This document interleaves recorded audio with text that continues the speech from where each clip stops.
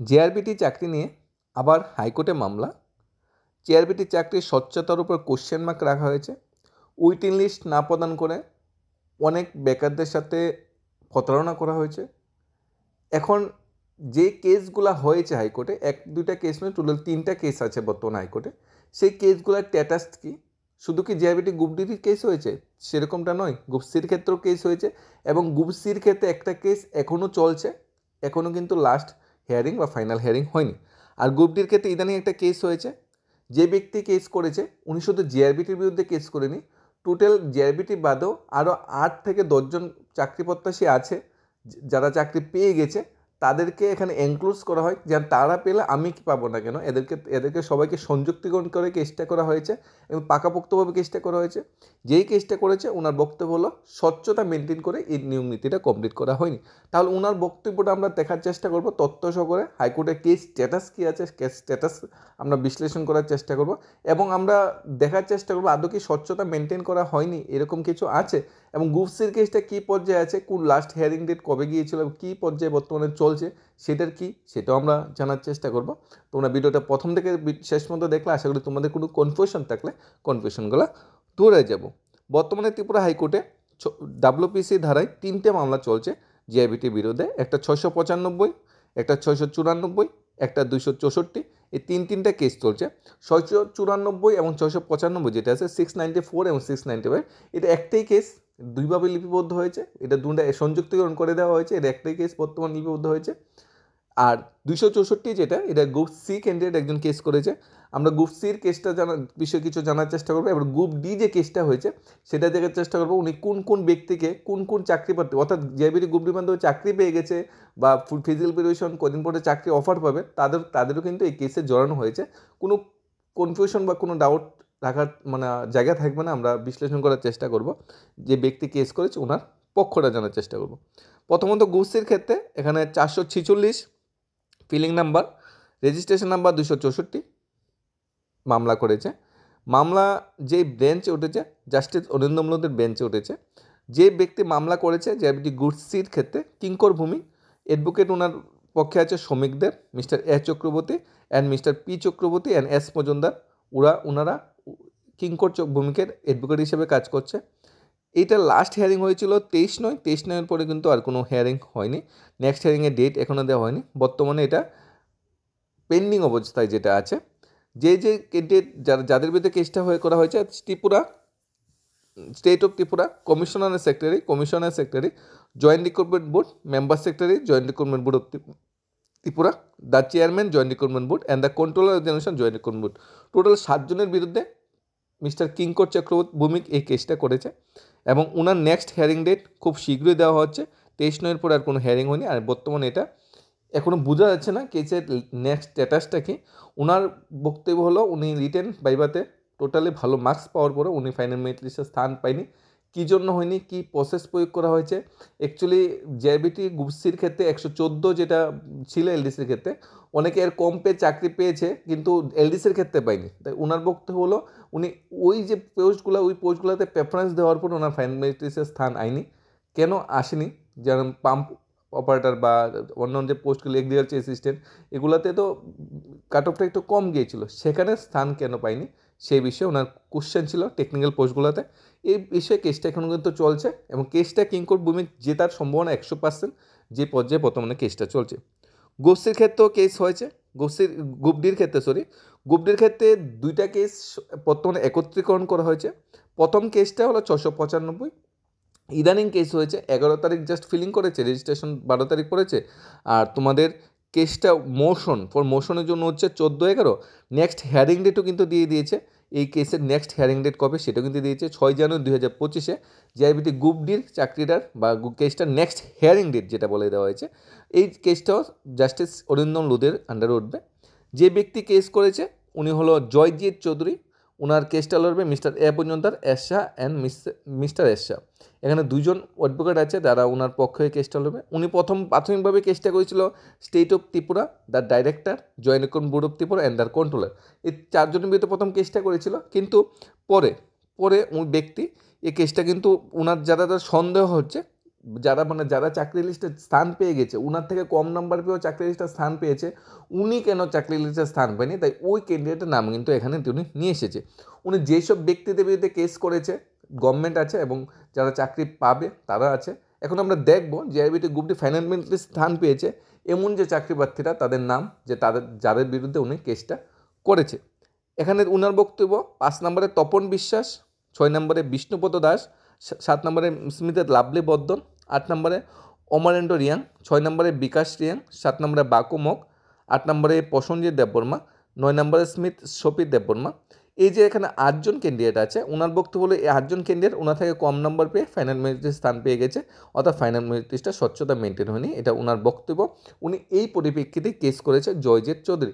এখন হাইকোর্ট হলো সর্বেসর্বা, হাইকোর্ট যদি মনে করে ওনার কথা বা বক্তব্য ঠিক, তাহলে ওনাকে জাস্টিস দেওয়া হবে, উনি অবশ্যই জাস্টিস পাবে, উনি অবশ্যই চাকরিটা পাবে। ওনার কথা যদি সত্যতা থাকে, উনি যদি ওনার ডাউট ছিল, ওনার কনফিউশন ছিল যে স্বচ্ছতা মেনটেন হয়নি, তাই হাইকোর্টে গিয়েছে, ওইটা ওনার পুরো নিজস্ব অধিকার, নিজস্ব কর্তব্য বা নিজস্বতাবিতে পড়ে যে আমার ইচ্ছা আমি হাইকোর্টে যাব, আরটিআই করব।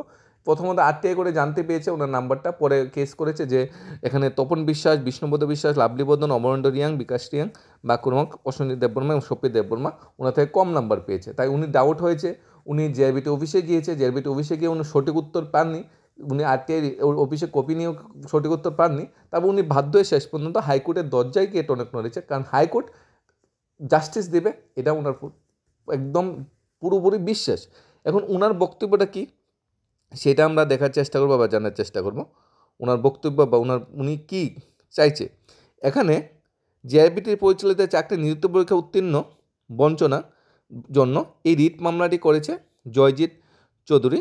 রিট মামলা নাম্বার 694 এবং 695 দুইটা নাম্বার আসে এখানে জয়জিৎ চৌধুরী ফিজিক্যালি হ্যান্ডিক্যাপ, মানে বিশেষভাবে সক্ষম, চাকরি বঞ্চিত। বিশ্ববিদ্যালয় এই মামলাটি অরিন্দম লোধ শোনার নোটিশ জারি করেন এবং মামলার বিবরণে প্রকাশ করেন। 2020 সালের 3 ডিসেম্বর জিআরবিটি কর্তৃক প্রকাশিত বিজ্ঞাপনের মাধ্যমে মাল্টিটাস্ক গ্রুপ ডি পদের জন্য আবেদন করেছিলেন মিস্টার জয়জিৎ চৌধুরী। তিনি ক্ষীণদৃষ্টি, অর্থাৎ চোখে একটু কম দেখে, ফিজিক্যাল হ্যান্ডিক্যাপে এটা মেজারমেন্ট যেটা করা হয়েছে সম্পন্ন হওয়ার কারণে পিএইচ ক্যাটাগরিতে নিয়োগের আবেদনপত্র দাখিল করেন এবং যোগ্যতা নির্ণয় পরীক্ষায় সাফল্য লাভ করেন। 2024 সালে 7 সেপ্টেম্বর পরীক্ষার ফলাফল প্রকাশিত হয়, যেখানে আবেদনকারী 49.738 নাম্বার পেয়ে উত্তীর্ণ হন। কিন্তু আশ্চর্যের বিষয় হলো, ওনার যে আশ্চর্যটা মানে গড়ে উঠলো, তার থেকে অনেক কম নাম্বার পেয়েছে এমন 8জনকে জিআরবিটি নিযুক্তি দিয়েছে। এটা একদম পুরো ট্রান্সপারেন্ট হয়নি, জিআরবিটি এখানে পক্ষপাতিত্ব করেছে, এখানে ট্রান্সপারেন্ট হইতে চাকরিটা দিইনি, না আমার থেকে কম নাম্বার পেয়ে কীভাবে চাকরিটা পাবে, এটা হলো আবেদনকারীর বক্তব্য।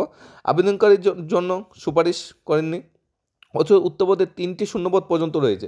ওই ফিজিক্যাল হ্যান্ডিক্যাপের মধ্যে ভ্যাকেন্সিও রয়ে গেছে এবং যারা চাকরি পেয়েছে, যে 8জনের নাম উল্লেখ করেছে, তারা কিন্তু ওনার থেকে কম নাম্বার পেয়েছে, ওনার বক্তব্য। এক্ষেত্রে কর্তৃপক্ষ বক্তব্য হলো, যাদের নাম সুপারিশ করেছে তারা সবাই পিএইচ ক্যাটাগরিতে হওয়ার পাশাপাশি এসসি ও এসটি সম্প্রদায়ভুক্ত, তাই আবেদন করে চেয়ে কম নম্বর পেলেও এসসি এসটি হওয়ার সুবিধায় চাকরির জন্য তারা সুপারিশ করা হয়েছে। কিন্তু কর্তৃপক্ষের এই যুক্তি আইনত বৈধতা নিয়ে প্রশ্ন ওঠে। এরপর পিএইচ ক্যাটাগরি সংরক্ষিত আসনে তফসিলে জাতীয় উপজাতি আলাদা করে প্রাধান্য দেওয়ার আইনি কোনো বিধান নেই। পিএইচ মানে পিএইচ, এখানে পিএইচইতে তফসালি জাতি, তফসালি এসসি এবং কোনো আইনি বিধান নেই। এটা বক্তব্য জাস্ট হাইকোর্টে যেটা মামলা করেছে যার পরিপ্রেক্ষিতে, কারণ তফসালি জাতি উপজাতির জন্য পৃথকভাবে সংরক্ষণের ব্যবস্থা আছে, কিন্তু সংশ্লিষ্ট কর্তৃপক্ষ বেআইনিভাবে পিএইচ ক্যাটাগরির মধ্যে তফসালি জাতি উপজাতি প্রার্থীদের প্রাধান্য দেওয়ার সিদ্ধান্ত অনড় থাকে। আরও আশ্চর্যের কিছু বিষয় হলো, যোগ্য প্রার্থী তালিকা থেকে চাকরির জন্য সুপারিশ করার পরও 3টি শূন্যপদ কেমনে পড়ে রইল? 3টি শূন্যপদ থাকলেও আমি কেন চাকরিটা পাবো না? শেষ পর্যন্ত এই বঞ্চনা প্রতিকার চেয়ে বঞ্চিত চাকরি প্রত্যাশী হাইকোর্টের দ্বারস্থ হন, আপাতত মামলা করেন। উক্ত মামলাটি আর শুনানি হাইকোর্টের সিঙ্গেল বেঞ্চে গতদিন শুনানি হয়েছিল। পক্ষপাতী নোটিশ পেয়ে যখন জবাব তলব করেছে বলে জানিয়েছে আবেদনকারী পক্ষে আইনজীবী অরিজিৎ ভৌমিক। প্রসঙ্গত উল্লেখ, উক্ত আবেদনকারী জিআরবিটি পরিচিত গুপসি পদের যোগ্যতা নিয়ে পরীক্ষাতেও সাফল্য অর্জন করে অনুরূপ বঞ্চনার শিকার হয়। এক্ষেত্রে অবশ্য তার থেকে কম নম্বর প্রাপ্তদের চাকরি নিয়োগের জন্য সুপারিশ করা হয়েছে এবং 1 নম্বর বেশি প্রাপ্তর জন্য সুপারিশ করা হয়েছে।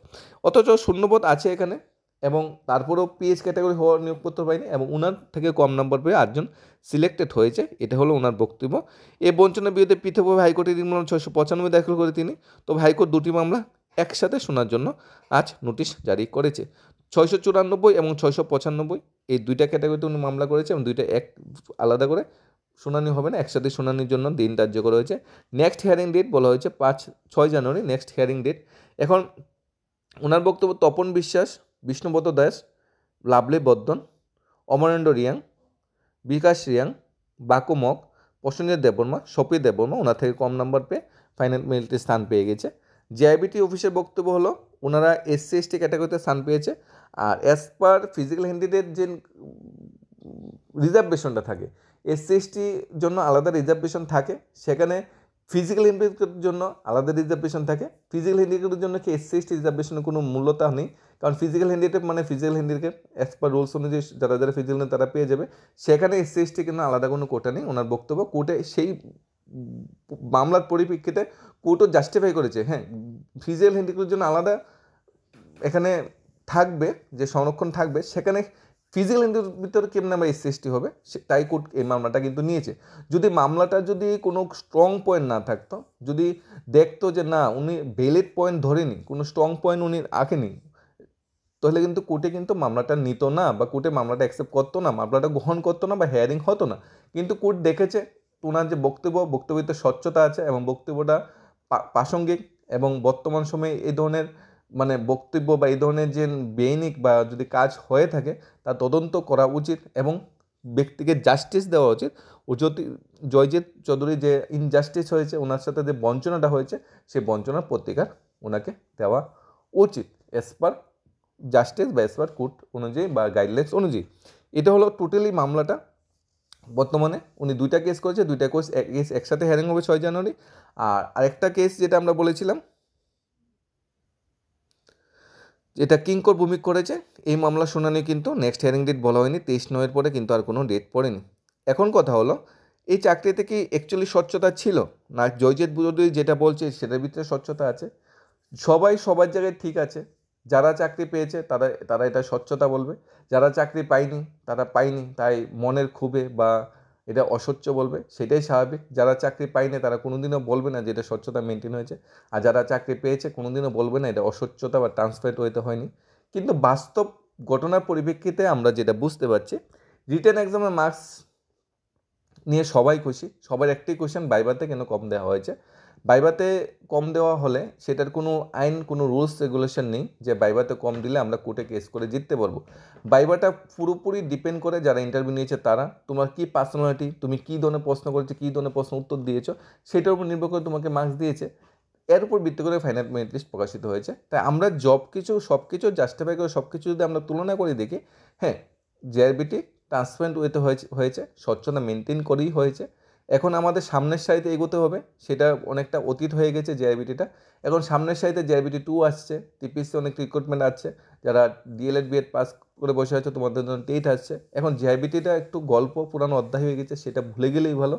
এমন কোনো ধারা বা এমন কোনো মামলা নেই যে তুমি ইন্টারভিউতে কম দিয়েছে তুমি কেস করে জিতে যেতে পারবে। সেটা পুরাটাই ইন্টারভিউর আর তখনকার পরিস্থিতির উপর নির্ভর করছে তুমি কী ধরনের পার্সোনাল কোয়েশ্চেন দিয়েছো। আর সবাই একটা ব্যক্তিগত বিষয়, তোমাকে কত দেবে এমন কোনো সুপ্রিম কোর্টের গাইডলাইন্স নেই যে তোমাকে 15তে 10 দিতেই হবে, 8 দিতে হবে। তারা ইচ্ছা হলে 4, 3, 2, 1ও দিতে পারে, এটা সর্বোচ্চ তাদের ইচ্ছা, তোমার পার্সোনালিটির উপর নির্ভর করছে। তাই এটার ভিতরে অস্বচ্ছ হয়ে বললে আমরা এটা মানে পুরোপুরি নেগেটিভ হয়ে যাবে। রিটেনে ভালো মার্কস করেছে যারা, তারা স্থান পেয়েছে, সাথে বাইবা এড করে ফাইনাল মেরিট লিস্ট প্রকাশিত হয়েছে এবং স্বচ্ছতা মেনটেন করে প্রকাশিত হয়েছে। সবচেয়ে বড় গুড নিউজ বা সবচেয়ে বড় ভালো কি, আগে যখন এরকম জিআরবিটি ফিক্সড পে চাকরি, বা জিআরবিটি তো আগে ছিল না, ফিক্সড পেতে যখন আগে চাকরি হতো বিগত সরকারের সময়, তখন চাকরি কীভাবে হতো তোমরা হয়তো অনেকেই জানো না। মৌখিক ইন্টারভিউর মাধ্যমে চাকরি হতো, যাইলে নাম জিজ্ঞেস করা হতো, ফোন নাম্বার না, বাবার নাম, অ্যাড্রেস, এদের জিজ্ঞেস করা, 1-2টা কোয়েশ্চেন করে ছেড়ে দেওয়া হতো, যেমন স্পেশাল এক্সিকিউটিভ ক্ষেত্রে হয়েছে। তো চাকরির স্বচ্ছতা কি মেনটেন করা হয়েছে? তখন কি চাকরির স্বচ্ছতা মেনটেন সম্ভব হয়েছে? এরপর আরেকটা গল্প বা আরেকটা তোমাদের সঠিক তথ্য যেটা তুলে ধরছি, অনেকগুলা ইউটিউব চ্যানেল আছে, ইউটিউব চ্যানেলগুলা মানে স্টাডি রিলেটেড যে ইউটিউব চ্যানেলগুলো ত্রিপুরার আছে, ইভেন আমাদের এই চ্যানেলও, আমরা কখন থেকে গ্রো করতে পেরেছি, যখন এই সরকার বা সরকারের চাকরির প্রসেসগুলো লিখিত এক্সাম হতে শুরু করে, তখন আমরা চাকরির গ্রো করতে পেরেছি। ভাইবার মাধ্যমে এক্সাম হলে আমরা তোমাদের কি শিক্ষণীয় ছিল, আমরা কি করতাম তোমাদের জন্য ভাইবার মাধ্যমে এক্সাম হলে, কারণ সেটা তো চাকরির স্বচ্ছতা থাকতো না। তো কোনো নোট বিক্রি, বা আমরা তো নোট বিক্রি করি না, নোটের কোনো প্রয়োজনীয়তা ছিল না, চাকরির স্বচ্ছতা ছিল না, এই বিষয়ে কোনো গল্পও ছিল না। কিন্তু বর্তমান সময়ে তো চাকরি মৌখিক পরীক্ষার মাধ্যমে, লিখিত পরীক্ষার মাধ্যমে হচ্ছে, চাকরির স্বচ্ছতা আছে। তাই আমরাও তোমাদের কাছে কিছু না কিছু তথ্য নিয়ে আসতে পেরেছি, কারণ চাকরিতে স্বচ্ছতা আছে বলে। চাকরিতে যদি অস্বচ্ছতা থাকতো আমাদেরও কিন্তু এভাবে সঠিক ক্রমে নিউজ নিয়ে আসা সম্ভব হতো না। তাই চাকরির স্বচ্ছতা আসার পরেই কিন্তু বিভিন্ন ইউটিউব চ্যানেলগুলো বর্তমান সময়ে গ্রো করছে এবং ছাত্রছাত্রী বা অভিভাবকদের স্বার্থে কাজ করে চলেছে অবিরাম, যাতে ত্রিপুরার ছেলেমেয়েরা, ত্রিপুরার জনসাধারণ যাতে উন্নতি হয় আর্থসামাজিকভাবে, এবং তারা যাতে সঠিক তথ্য সবার সামনে পায়, সঠিক সময় পায়, সেইভাবে যাতে সবাই গ্রো করতে পারে। এখন কথা হলো, স্বচ্ছতা যদি আমরা দেখি, জিআইবিটি গ্রুপসের ক্ষেত্রে স্বচ্ছতা মেনটেন হয়েছে। স্বচ্ছতা যদি মেনটেন না হতো কতগুলা কেস হতো, কতজন কেস করতো, সবাই কেস অনায়াসে করতো, আরটিআই মাধ্যমে সবাই জানতে পেরেছে নাম্বার কত কেস হতো, কত হাইকোর্টে এত একটা মাত্র কেস হয়েছে। জিআইবিটি গ্রুপ সির ক্ষেত্রে একটা কেস হয়েছে, আর গ্রুপ ডির ক্ষেত্রে একটা কেস চলছে। চাকরি প্রার্থী জিআইবিটি গ্রুপসের ক্ষেত্রে, গ্রুপ ডির ক্ষেত্রে 12-16 হাজার চাকরি প্রার্থী ছিল, 2,500 পেয়েছে, বাকি তো 10,000 পায়নি, 10,000 কেস করে বসে থাকতো, কিন্তু করেনি তো কেউ কেস। মানে কি, সবাই স্বীকার করেছে যে স্বচ্ছতা মেনটেন হয়েছে। গ্রুপসির ক্ষেত্রে 7,000 থেকে 8,000 ক্যান্ডিডেট ছিল, তারা পরীক্ষা দিয়েছে, মাত্র এখানে 1,900 জনের মতো চাকরি পেয়েছে, বাকি তো 6,000 মতো ক্যান্ডিডেট চাকরি পায়নি। 6,000 ক্যান্ডিডেট তো কেস করেনি, একজন কেস করেছে, কিন্তু বাকিরা তো কেস করেনি। মানে সবাই মেনে নিয়েছে সে স্বচ্ছতা মেনটেন হয়েছে, এটা কেস করে কিছু হবে না। সবাই এখন মুভ অন করেছে, সামনের দিকে গিয়েছে। যারা জিআইবিটি গ্রুপ সি বা গ্রুপ ডিতে যারা স্থান পায়নি, সবাই এখন সামনের সাথে এগোচ্ছে, সবাই জিআইবিটি 2 জন্য প্রিপারেশন নিচ্ছে ভালোভাবে। কারণ সামনের দিকে না এগোলে, পিছিয়ে পড়লে বা অতীতের দিকে তাকালে কোনো মানে সঠিক তথ্য পাওয়া যাবে না। অতীদিকে চাইলে মন খারাপই থাকবে, ভালো হওয়ার কোনো রসদ থাকবে না। পুরানো জিনিসকে যতই ঘাটানো যায় ততই জিনিসটা আরও তিক্ত হয়ে যাবে। তাই সবাই এখন নেক্সট প্রিপারেশন নিচ্ছে যে আমাদের একটা চাকরি দরকার, গভর্নমেন্ট জব দরকার। আগে আমরা হয়তো প্রিপারেশনটা ভালোভাবে নিইনি, এখন আমরা প্রিপারেশনটা আরও ভালোভাবে নেব, যাতে আমরা নেক্সট জিআইবিতে আসলে যাতে আমাদের চাকরিটা হয়ে যায়। যে ভুল বা যে ত্রুটিগুলি ছিল সবগুলি সংশোধন করার চেষ্টা করছে। বর্তমানে আমাদের স্টেট গভর্নমেন্ট বেকারত্ব নিয়ে একটু চাপে আছে, বর্তমান মন্ত্রিসভা বেকারত্ব নিয়ে একটু চাপে আছে। কারণ 2018 থেকে 2024 ভিতরে গত 6 বছরে 56,000 কর্মচারীর সংখ্যা কমেছে, 56,000 কর্মচারীর সংখ্যা কমেছে। গ্রুপ ডির ক্ষেত্রেই মিনিমাম 30,000 মতো কর্মচারীর সংখ্যা কমেছে, গ্রুপ সির ক্ষেত্রে 17,000 মতো কমেছে। প্রচুর সংখ্যক কর্মচারী অবসরে চলে গিয়েছে, শূন্যপদ অ্যাভেলেবেল পড়ে রয়েছে। শিক্ষকতার জন্য স্কুলগুলি ঠিকভাবে পরিচালনা করতে হচ্ছে না, পাওয়া যাচ্ছে না শিক্ষক, মানে গ্রুপ ডি কর্মচারীর মানে অভাবের ধরুন যে স্কুলগুলোতে ছাত্রছাত্রী কচিকাঁচা ছাত্রছাত্রীদের মানে গ্রুপ ডির কাজ করানো হচ্ছে। বিভিন্ন অফিসে গ্রুপ ডি কর্মচারী গ্রুপ সি ক্যান্ডিডেটরা চাকরি করছে, বিভিন্ন অফিসে আউটসোর্সিং মধ্যে মানে চাকরি করা হচ্ছে। প্রচুর সংখ্যক ক্রাইসিস, একজন কর্মচারী 3 জনের কাজও করতে হচ্ছে, এই ধরনের ক্রাইসিসও বর্তমান সময় দেখা দিচ্ছে। তাই এই ক্রাইসিসে বর্তমানে গভর্নমেন্ট চাপে আছে, অভিভাবকরা চাপ দিচ্ছে, স্কুলের শিক্ষক দাও, তারপর স্টুডেন্টরা চাপ দিচ্ছে, বিদ্যালয়ের শিক্ষকরা, বিভিন্ন অফিসগুলোতে প্রেশার আছে যে এখানে কর্মী নেই, স্টাফ নেই, অফিস চলবে না।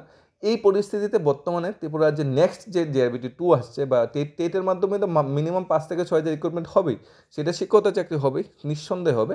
আর জিআরবিটি 2-র মাধ্যমে মিনিমাম 4 থেকে 5 হাজার নতুন করে ভ্যাকেন্সি আছে গ্রুপ ডি গ্রুপ সি মিলে। কারণ গ্রুপ ডিতে 1,000 মতো শূন্যপদ পড়ে থাকবে, গ্রুপ সিতেও প্রায় 1,000 মতো শূন্যপদ পড়ে থাকবে। আর নতুন করে আমরা দেখেছি মন্ত্রিসভায়, বিভিন্ন মন্ত্রিসভায় গ্রুপ সি গ্রুপ ডি নতুন কোনো পোস্ট ক্রিয়েশন হয়েছে, সেই পোস্টগুলি ফিলিং আপের জন্য মন্ত্রিসভা পারমিশন দিয়েছে। এবং জিআইবিটির কাছে বিভিন্ন ডিপার্টমেন্ট থেকে রিক্রুটমেন্ট, বিভিন্ন ডিপার্টমেন্ট থেকে ভ্যাকেন্ট পোস্টের সংখ্যা সেটা আসছে, এবং এই ভ্যাকেন্ট পোস্টের উপর নির্ভর করে জিআইবিটি 2 আসবে। এটা মার্চ এপ্রিলের দিকে জিআইবিটি 2 নোটিফিকেশন চলে আসবে। কারণ জিআইবিটি গ্রুপ ডির ফুল প্রসেসটা বর্তমানে ফিজিক্যাল ভেরিফিকেশন চলছে, ফুল প্রসেসটা কমপ্লিট হতে ডিসেম্বর-জানুয়ারি মাস চলে যাবে। তারপরে আবার তখন পর্যালোচনা করবে। গ্রুপ সির বর্তমানে শূন্যপদ 1,500 থেকে 2,000 যে শূন্যপদ আছে এটা কনফার্ম হয়ে গেছে, কিন্তু গ্রুপ ডির বর্তমানে শূন্যপদ কয়টা আছে সেটা বোঝা যাচ্ছে না। কারণ পুরো প্রসেসটা কমপ্লিট না হলে গ্রুপ ডির শূন্যপদটা ঠিকঠাক বেরিয়ে আসবে না, সেখানেও 2,000-2,500 মতো শূন্যপদ থাকবে। অর্থাৎ মিনিমাম 4 থেকে 5 হাজার রিক্রুটমেন্ট হবে জিআরবিটির মাধ্যমে। তাই তোমরা সঠিকভাবে সঠিক রাস্তায় প্রিপারেশন নিতে থাকো, যাতে কোনো প্রকার কনফিউশন ডাউট না থাকে। আর মনে রাখবে, লিখিত এক্সামই মেইন, লিখিত এক্সামে যে ভালো করে নিতে পারবে তার ইন্টারভিউতে একটু খারাপ হলেও চলে যাবে। কারণ রিটেন এক্সামটা এগুলো মেইন ম্যান্ডেটারি, রিটেন এক্সাম একটু ভালো মার্কস তুলে নাও, ইন্টারভিউর চিন্তা ছেড়ে দাও।